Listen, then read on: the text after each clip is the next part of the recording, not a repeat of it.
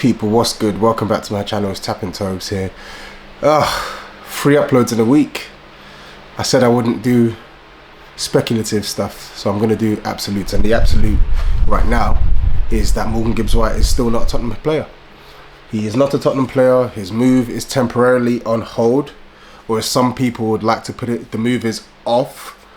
It isn't off, but the move is on hold because Nottingham Forest have lodged a formal complaint against Tottenham to the Premier League because they think that we have conducted this transfer improperly, right? So they think that there's some illegalities involved in this deal, primarily relating to the specificity of the release clause. They didn't think that that was common knowledge, and they feel like that the level of specificity in the fee would have only been obtained by Spurs through illegal measures, right? And they also think that they didn't give us permission to speak to the player, and that we've essentially tapped up the player for this move. Now,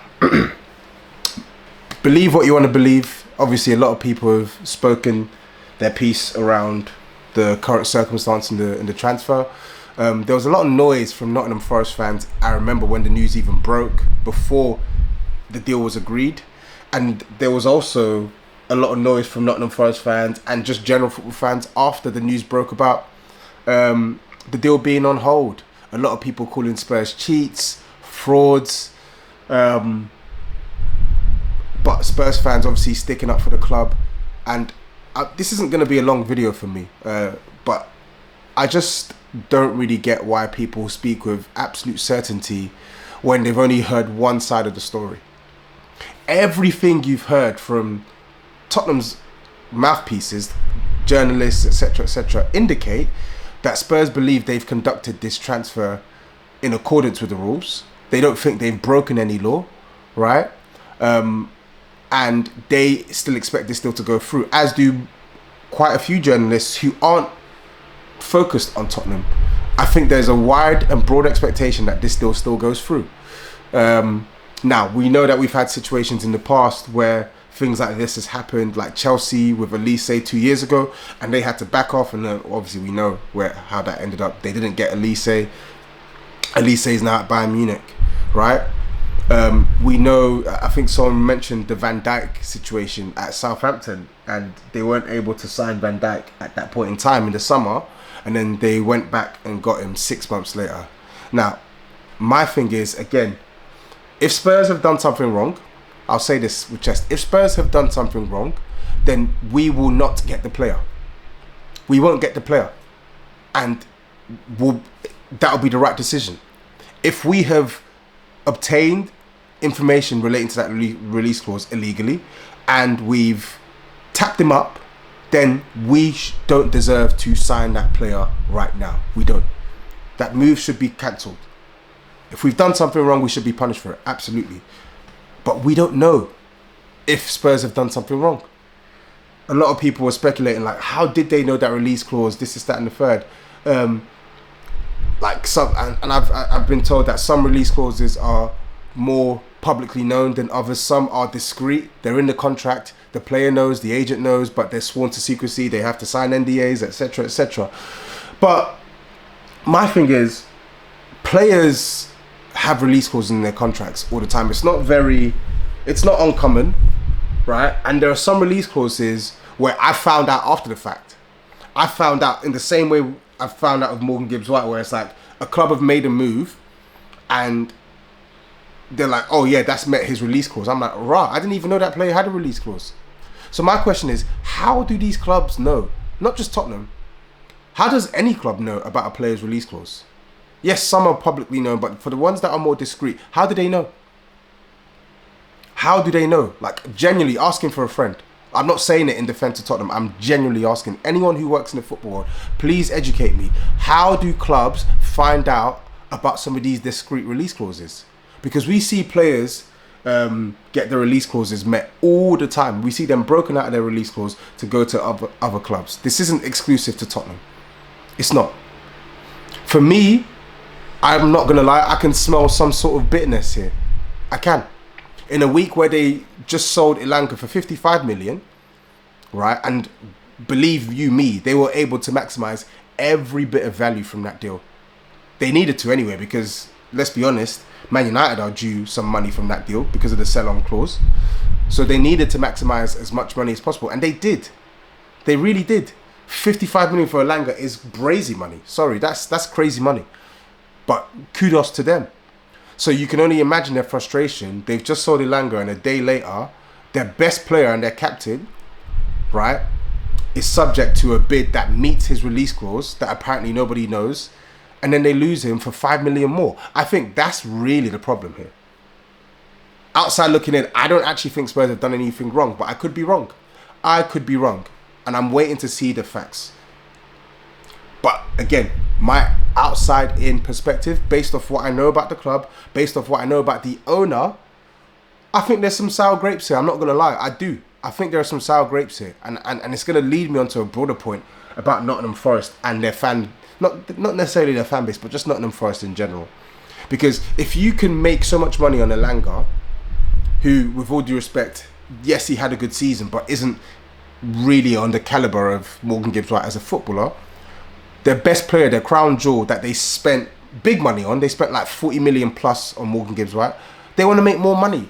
But it's not our fault that you tied him into a £60 million release clause.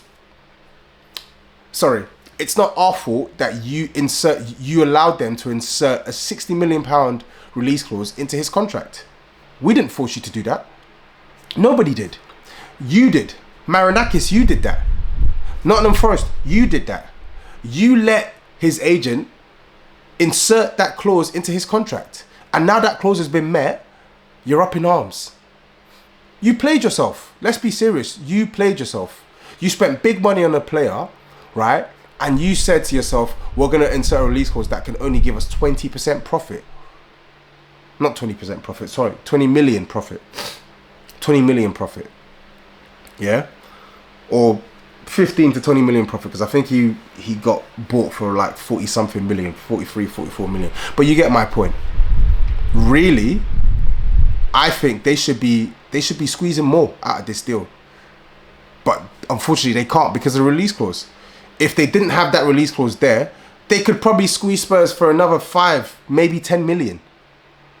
Do I think Morgan Gibbs-White is worth £70 million? No, I don't.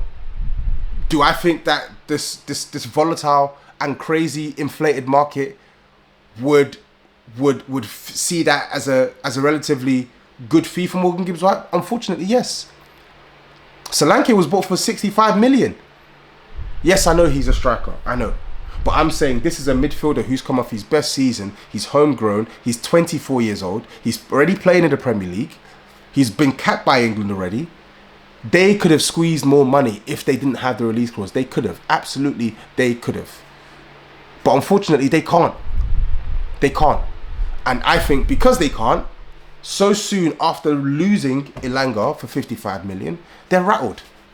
They're rattled and they're thinking, hang on a second, this is not good. It's not a good look on us. Let's stall this. Let's make it look like something crazy has happened. Now, I'm speaking this way whilst not knowing the full outcome. Again, I could be wrong. It's just the outside-in opinion. For me, I still expect this deal to go through. I do. I'm not really worried. I'm fairly relaxed.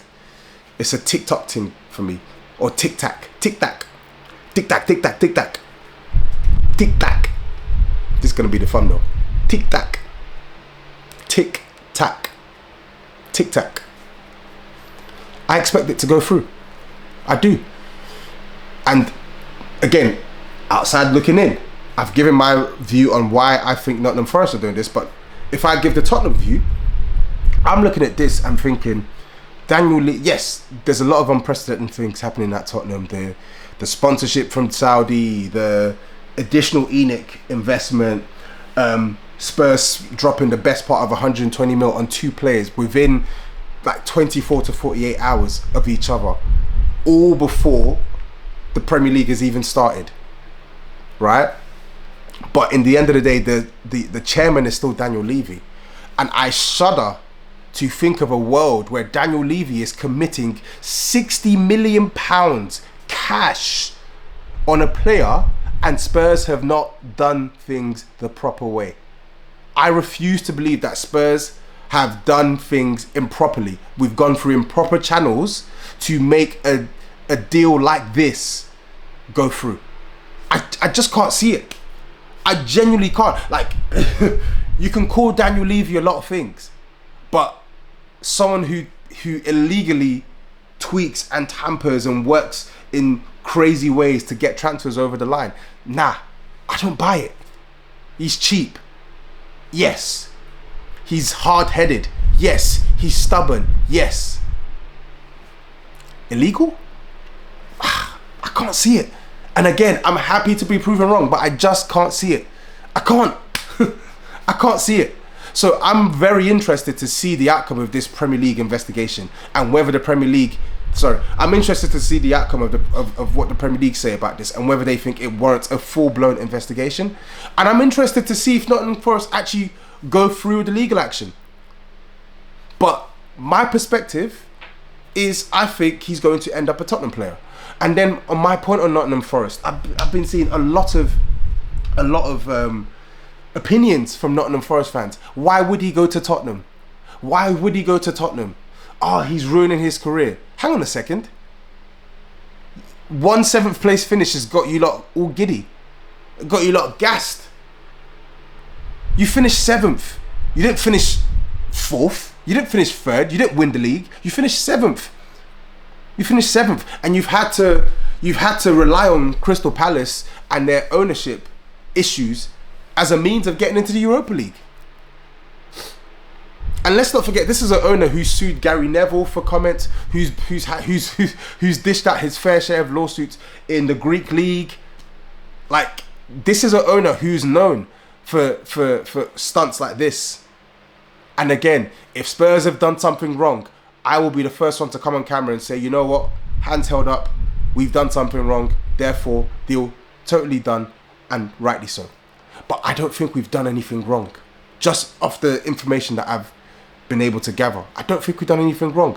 And I think there's a certain level of arrogance with Nottingham Forest fans. I'm like, they're saying, oh, they're cheats, and why would he want to go to their club? Why wouldn't he? Why wouldn't he want to come to Tottenham? You are Nottingham Forest. You're Nottingham Forest. You have been in the Championship for pretty much my entire life. You've been in the Premier League for what, the last 3 seasons? You've been in the Championship for literally most of my entire life. In fact, probably like 90% of my life. I'm 32 years old. I can't remember when they got relegated. It's probably like, I can't remember when they got relegated. But I'm going to tell you this. It's the majority of my life, they've been a Championship team. And you're wondering why your best player wants to come to Tottenham. Oh, they finished 17th last year. So what? Does that all of a sudden delete the fact that we've finished in the top 4 to 6 places, or we finished 2nd, 3rd, 4th, 5th, 6th. Like the last 15, 20 odd seasons, how many of those seasons have Spurs been in the top 6? At least probably 14, 15, if not 16. We're a Big 6 team. We may not be the top of the Big 6 teams, but there's a food chain, there's a hierarchy. I'm not going to go to Man United. When Man United beat us for Mbembe, I'm not going to Saeed saying, how is he choosing Man United over Spurs? I know why he's choosing United over Spurs. They pay more money and they are a bigger name. They're the biggest club in England. Same way with Eze and Arsenal. Eze chooses Arsenal over Tottenham. If Tottenham were in the mix, Eze's going to choose Arsenal. Do you think I'm going to go there and say, why is Eze choosing Arsenal over Tottenham? Of course he's going to choose them. They're better than us. They're bigger than us. They'll pay him more money. The same way Spurs are bigger than Nottingham Forest. Don't get giddy because you finished 7th last year. 7th is a bad year for Tottenham. We finished 7th. That's a bad year. That's your best season in 20-something years, if not 30. Don't get it twisted. There's no competition between Nottingham Forest and Spurs. If we want to take your best player, we will do it. We'll do it. You didn't have a problem when you were pulling our pants down for Brennan Johnson for almost 50 million, but you have a problem when we're coming in and we're dropping 60 million on your captain. We can do it. Guess what? That's how it works. It's a hierarchy. There's a food chain. It happens. It's happened to Tottenham. This the same way Bayern Munich can come to us, drop 100 million and take our best player. It happens. It's the same way Real Madrid can come to us, drop 86 million, take our best player. Real Madrid can come, drop 35 million, take our best player. Man City drop 50 million, take our best player, take our best right back in Kyle Walker. It happens. There's a food chain. There's a hierarchy in football, and you are bottom of that food chain. We feed on you. You don't feed on us. So when Morgan Gibbs-White says he wants to join Tottenham, take him at face value, because why wouldn't he? It is a significant step up from Nottingham Forest, and he'd be playing Champions League football, and he'd be playing in a better stadium, better facilities, bigger club, bigger fan base, just bigger in every single aspect. Yeah? So again, I can't believe I've had to say this. But just so I'm clear, there is no competition with Nottingham Forest and Tottenham. There isn't. The same way there's no competition with Tottenham and the biggest clubs. When it comes to the big six teams, Spurs are at the bottom, and rightly so. We don't win as much of these teams. We don't have as big a fan base as one of these teams. We don't pay as much as one of these teams. We're just not as glamorous as the remaining five. But we're still a big six team. We're one of the standard bearers in this league. We're one of the only teams in this league to never be relegated. 6th most trophies in England. Telling us about Brian Clough, this, that, and the third. Great, amazing history. How many years ago was that? What are Nottingham Forest to Tottenham in 2025? Don't joke with that one. Anyway, I'm here to say this. I expect the deal to go through. Morgan Gibbs-White, if it does go through, welcome to Tottenham. If it doesn't go through, whatever. We move on. You've got 60 million there. Go spend it on another player on his level. Because guess what? There are players on his level out there. They may not be homegrown, but they're out there. Case closed.